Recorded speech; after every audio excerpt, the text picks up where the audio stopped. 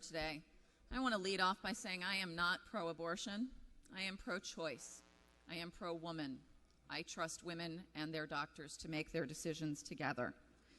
To this ongoing question of whether we want our tax dollars to go for something somebody disagrees with, frankly, I'm anti-war. My tax dollars fund war. I'm fighting against over-incarceration.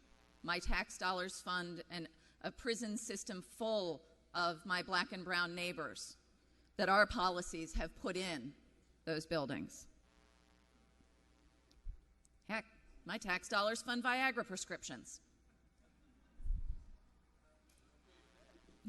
Yeah, they're okay with that, that's right. That's not how this works. This is health care. This is access to the full range of health care for our state employees and for poor women. It's really that simple. People talk about people of faith. My faith calls on me to support the poor and to support equality for all. And more importantly, my faith calls on me not to question the faith of others. To the question of partisan politics and which party is more supportive of diversity of thought, there are a lot of members in our caucus who disagree with me on this issue.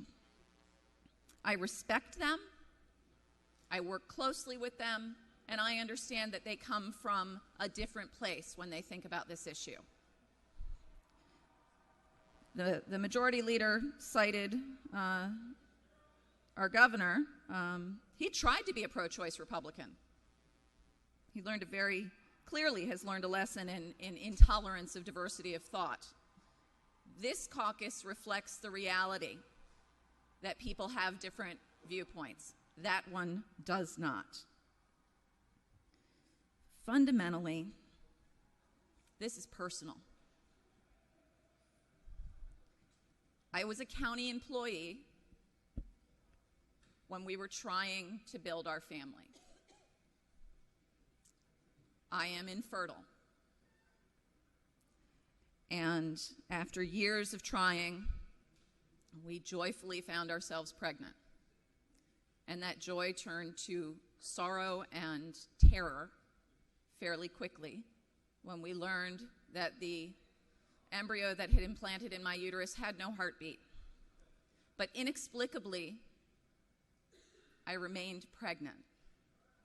My hormone numbers kept going up. We kept looking. We tried to figure out what was going on. We couldn't understand what was happening. And each day that ticked by was more heartbreak and more fear.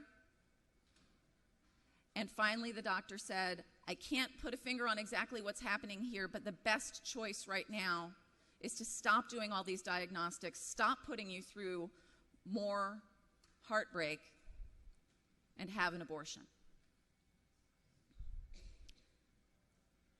And because I had county insurance, I was a county employee, I wasn't a state employee, I didn't have to stop and think about whether or not I could do that. And I was able to utilize the method that allowed me to become pregnant within 6 weeks with my beloved eldest son and go on and have the other two boys, and y'all have met all of them. They're regular fixtures here. And without access to safe, legal abortion that preserved my fertility, preserved my life, they wouldn't be here. Y'all wouldn't know those 3 young men that so many of you compliment me on. A no vote on this bill is not anti-abortion. Let's be clear.